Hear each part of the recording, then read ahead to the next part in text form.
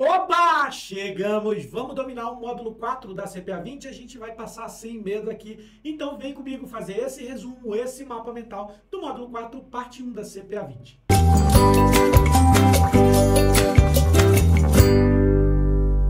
E eu já vou logo avisando que eu não estou muito bem para fazer esse mapa mental não, hein? Eu estou maravilhoso! A gente vai passar com tudo aqui! O módulo 4 põe medo em muita gente, mas você vai ver bem tranquilinho. Nesse primeiro momento, a gente vai fazer o resumo dos títulos de renda fixa e dos riscos inerentes aos investimentos. E você vai ver com muita tranquilidade, vai ser tchutchuquinha, vai ser suculento demais. Vamos falar então de riscos e renda fixa, né? Vamos começar ali falando do risco de crédito. O risco de crédito é a possibilidade de eu perder dinheiro em decorrência de calote. Emprestei dinheiro, não recebi o meu dinheiro de volta, calote. Então, sempre que você manda dinheiro, por exemplo, para um título de renda fixa, você está mandando dinheiro para uma empresa. Se essa empresa quebra e não te devolve o teu dinheiro, você tomou um calote. Exato. Sempre que você empresta dinheiro, existe a possibilidade de você não receber de volta, de a outra parte não lhe pagar, ou ainda de a contraparte não honrar aquilo que tem compromisso com você, né?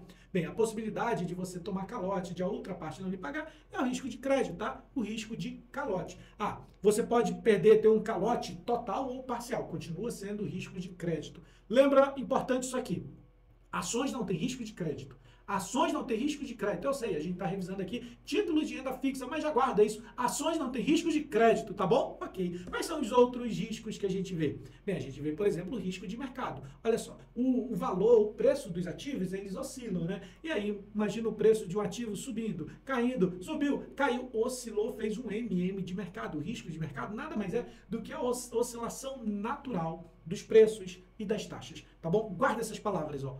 Oscilação, risco de mercado. Flutuação, risco de mercado. Volatilidade de preços e taxas, risco de mercado. Variação, risco de mercado. Qualquer uma dessas palavras quanto a preço e taxa, né? Preço oscilou, flutuou, teve uma alta volatilidade, teve uma alta variação, isso é risco de mercado, tá? São os preços oscilando, subindo e descendo. Ok, que mais? Temos também o risco de liquidez. Risco de liquidez é a possibilidade de perder dinheiro quando eu vou transformar o meu ativo ou o meu bem em dinheiro. E aí eu não consigo fazer isso em tempo hábil ou por preço justo, tá bom? O risco de liquidez é a falta de demanda. Estou ofertando, estou vendendo, e aí não aparece comprador. Está sem demanda, está sem compradores. Aí estou dizendo, estou vendendo, eu preciso vender hoje. Aí eu não consigo. Ó, risco de liquidez. Não consegui transformar o meu ativo em dinheiro em tempo hábil. Ou ainda, estou vendendo, eu preciso vender hoje. Não aparece comprador, eu digo, estou baixando o preço. Alguém aparece para comprar. Aí alguém compra com um preço bem inferior. Olha aí, ó, risco de liquidez. Perdi dinheiro, né? Por causa dessa transformação do ativo em dinheiro, seja em tempo hábil ou seja pelo preço justo. É a dificuldade para transformar o meu ativo em dinheiro porque não tem demanda, não tem compradores. Agora eu entendi. Ok, vamos seguir? Como é que funciona títulos de renda fixa, hein? Porque nessa primeira parte a gente vai falar deles. Ah, eu ouvi também que título de renda fixa se chama título de dívida. Por que isso? Vou explicar e nunca mais você vai esquecer. Imagina que uma instituição financeira, uma empresa bancária, um banco, emitir um título para captar recursos. Para que ela faz isso? Ela pode, por exemplo, emitir um título para ela ficar mais atrativa. Ela diz, ô investidor, superavitário, põe dinheiro para mim aqui, manda dinheiro para mim. Aí o superavitário pode dizer, não, você não está me pagando nada. Ela diz, então eu vou emitir um título para você botar dinheiro lá, mandar para mim e eu te pago uma rentabilidade. Ok, então ela pode emitir um título para captar recurso, e aí depois que ela capta recurso, ela empresta esse recurso lá para o deficitário. O deficitário vai pagar os juros, né? Paguei os juros para a instituição financeira, e a instituição financeira paga uma rentabilidade para o investidor. Então, todo título de renda fixa funciona dessa forma. Todo título de renda fixa funciona dessa forma. Mas eu quero mostrar para você por que se chama título de dívida. Presta atenção nisso aqui, ó. Presta atenção. Imagina que essa instituição financeira está dizendo, eu vou emitir um título para captar recurso. Emitiu, o nosso superavitário mandou recurso para lá. O que acontece agora? Essa instituição financeira ela tem a obrigação de devolver esse dinheiro com juros, correto? Eu captei recurso, agora eu vou te devolver com juros. Eu tenho a obrigação de fazer isso. Opa, o que é isso? Será então que quando essa instituição financeira emitiu esse título e alguém botou dinheiro nesse título de renda fixa, essa instituição financeira não ficou com uma dívida com essa pessoa? Tanto que mando dinheiro e eu vou te devolver com juros. Isso é uma dívida, não é não? Por isso o nome título de dívida. A instituição que emitiu um título de renda fixa, ela emite para pegar recurso e ela fica devendo. Estou te devendo, eu vou te devolver com juros. Ok, mas é só banco que faz isso, é? Só banco que emite títulos de renda fixa, títulos de dívida? Não, lógico que não. Empresas não financeiras, SA também emite. Mas se uma empresa não financeira, ó, a Vale é uma empresa não financeira, né? A Petrobras é uma empresa não financeira. Ó, elas podem emitir títulos de renda fixa, títulos de dívida? Pode. Então, a Vale, a Petrobras emitiu um título, vai captar recurso, tá bom. Agora que ela tem dinheiro aqui, o que ela vai fazer com esse dinheiro? Ela vai emprestar? Não, ela não é uma empresa financeira, ela não pode emprestar. Então, ela pega dinheiro, por exemplo, para colocar, para investir em uma obra. Essa obra vai ter que deixar a empresa mais rica para poder ela ter uma riqueza maior e assim conseguir pagar o investidor, conseguir pagar o superavitário que botou dinheiro no título. Então, nota, não é só instituição financeira, não são só bancos que emitem títulos de renda fixa. Empresas não financeiras fazem isso também. Só esses dois? Não. Inclusive o próprio governo também, né? O governo emite títulos públicos federais para captar recursos e depois eles devolvem com uma rentabilidade. Títulos de dívida, títulos de renda fixa. Todos eles têm essa mesma funcionalidade, todos eles funcionam assim. E quanto à tributação na renda fixa? Como é que funciona essa tributação, esse imposto? É o seguinte, ó, primeiro a gente vai pagar IOF, Imposto sobre Operações Financeiras. Primeiro IOF, tá? Primeiro IOF. E como é que faz? Por que eu pago imposto? Você paga imposto porque você ganha dinheiro. Se você, por exemplo, botou R$1.000 em um título de renda fixa, esse R$1.000 virou 1.200, você ganhou dinheiro, né? Você teve uma rentabilidade de 200. A gente vai falar chique, a gente vai dizer que você teve um ganho de capital de 200. Então, o imposto você paga porque tu ganhou dinheiro. Se você não ganhar, você não paga, né? Você não paga nada. Mas ganhou dinheiro, paga imposto, é. Então, como é que funciona? Primeiro, paga o IOF. Primeiro, o Imposto sobre Operações Financeiras. Sempre a tributação vai ser sobre a rentabilidade na renda fixa. Na renda fixa, a tributação é em cima do ganho de capital, é em cima do que você ficou mais rico, é em cima do quanto rendeu. E o IOF, como ele funciona? O IOF é uma alíquota regressiva que cobra do primeiro ao 29º dia. Somente você entrou no título de renda fixa.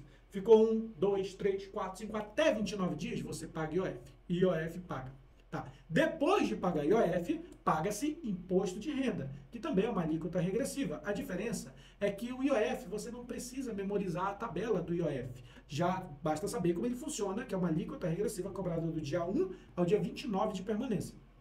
Já a tabela regressiva da renda fixa, que é essa, a gente precisa memorizar. Então, como é que funciona? Primeiro, é sempre sobre o ganho, sempre sobre a rentabilidade.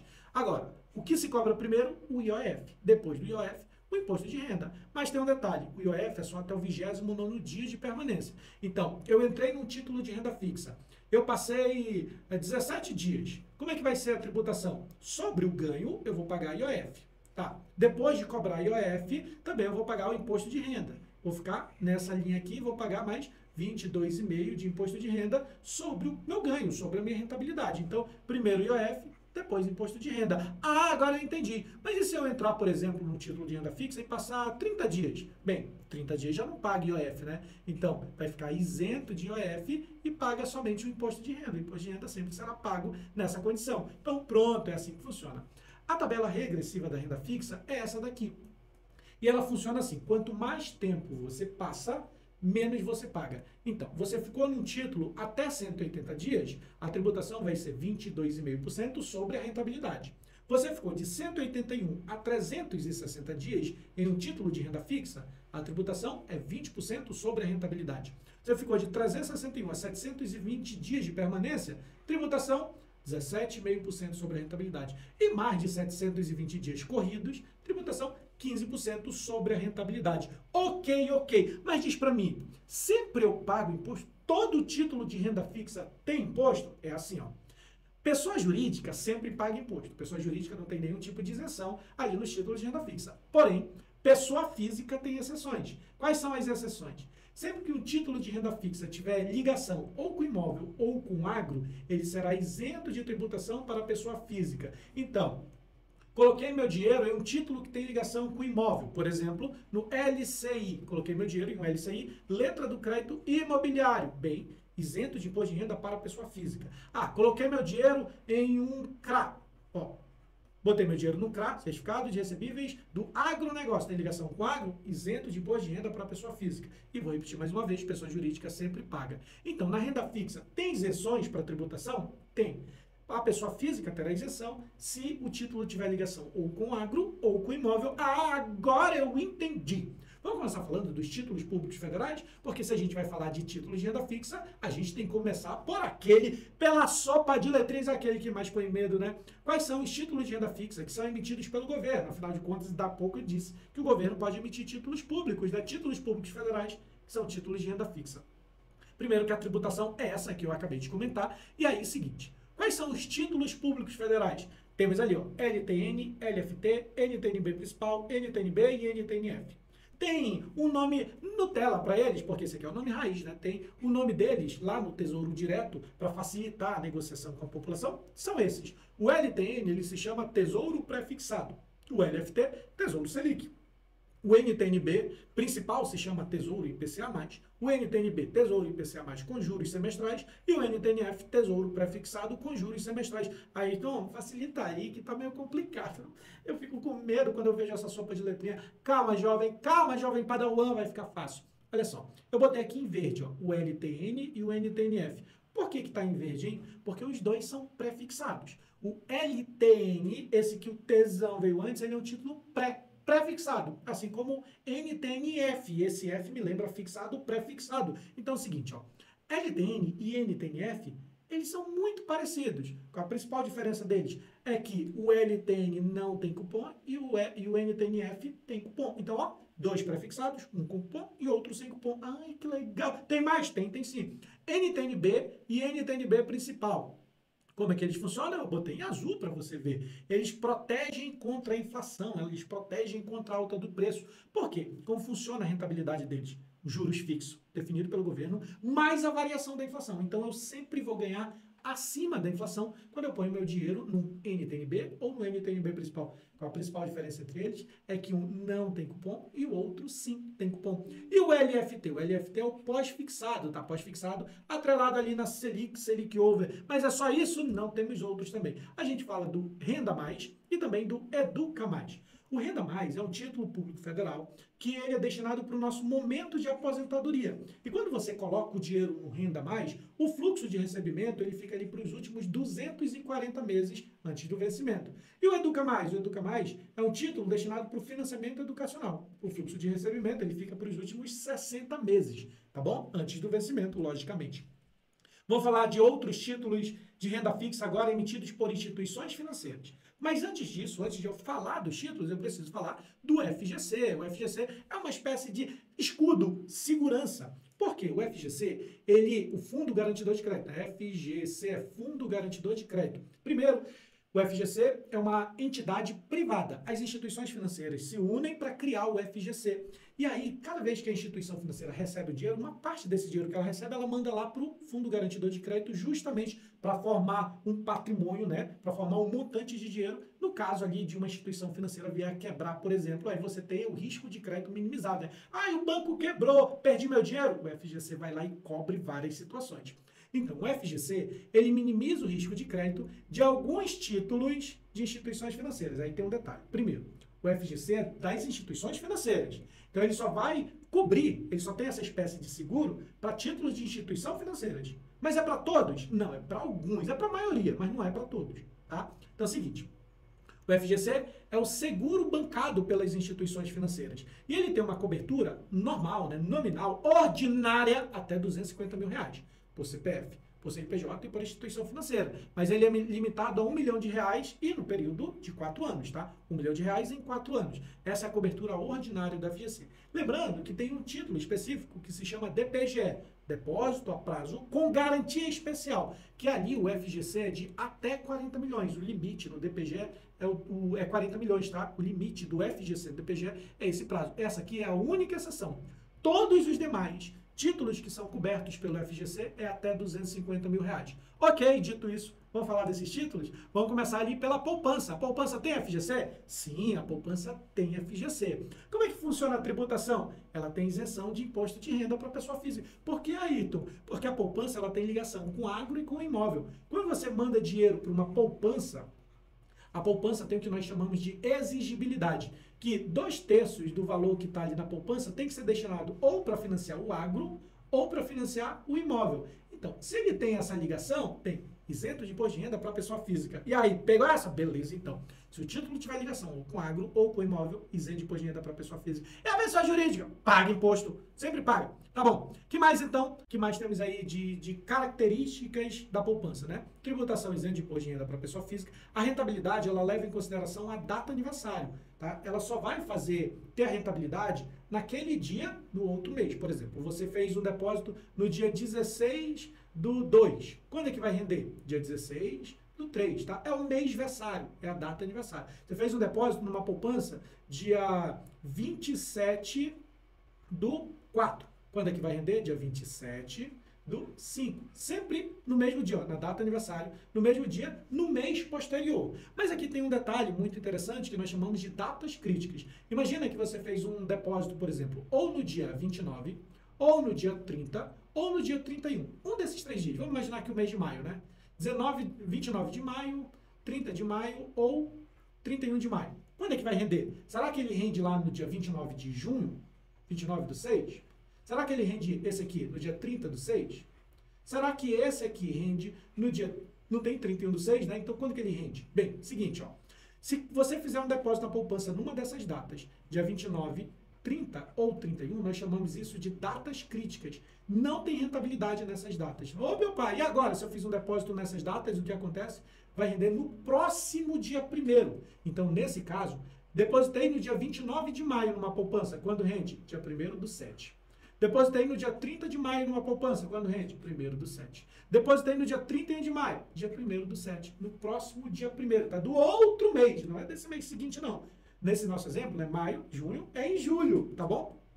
Nós chamamos isso de datas críticas. Ok, que mais? A remuneração na poupança é pelo menor saldo no período. Guarda essa informação, ela é importante.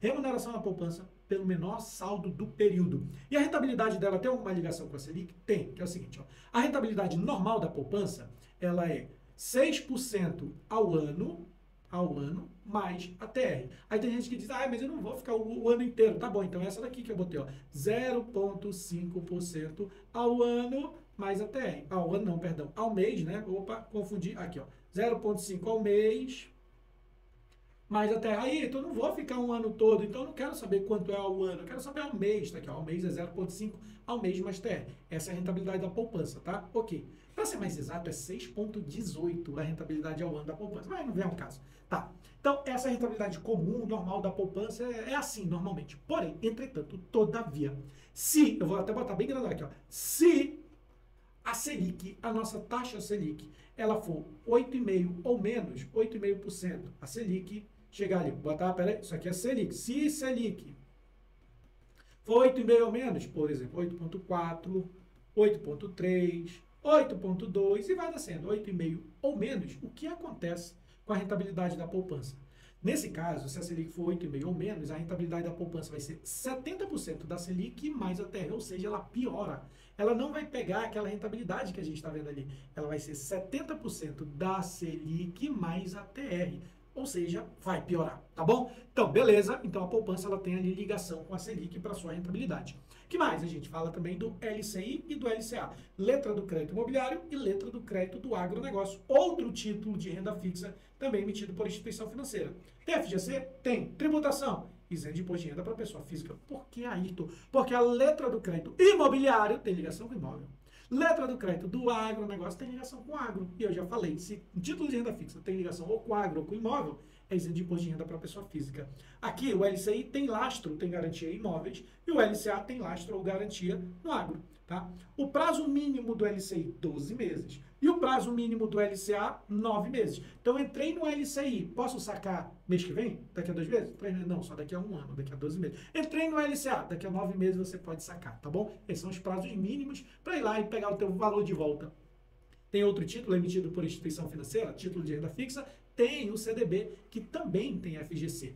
Características do CDB. Tributação, conforme a tabela regressiva, aquela que a gente viu, né? 22,5, 20, 17,5 e 15, tá?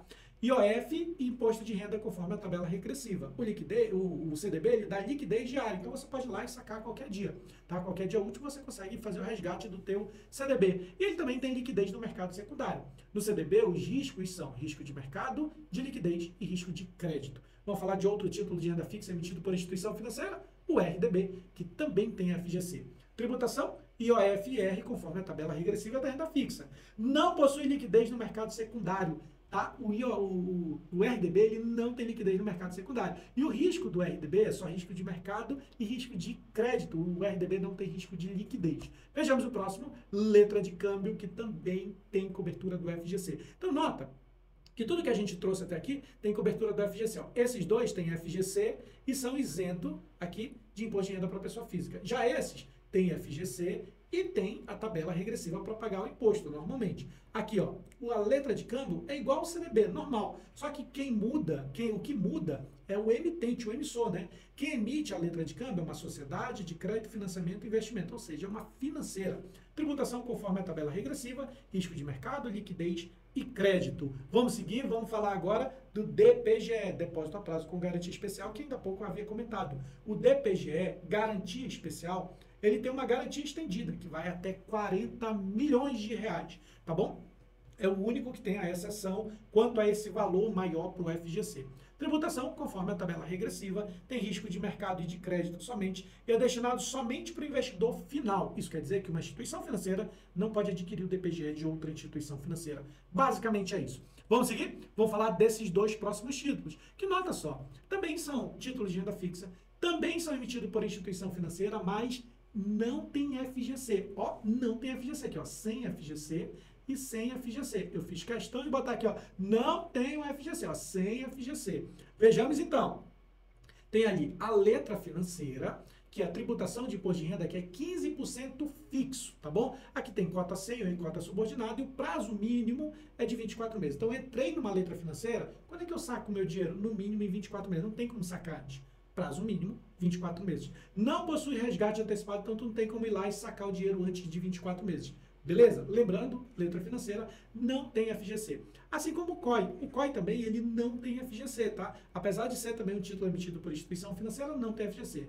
Tributação, também conforme a tabela regressiva da renda fixa, ele é uma operação estruturada e ele pode ser feito de diversas formas. COI é certificado de operações estruturadas. Tem gente que diz é coisa estranha, né? Por que é coisa estranha? Porque ele vai mesclar tanto a renda fixa, que é o que a gente está falando, com a renda variável. O COI sempre faz essa mescla.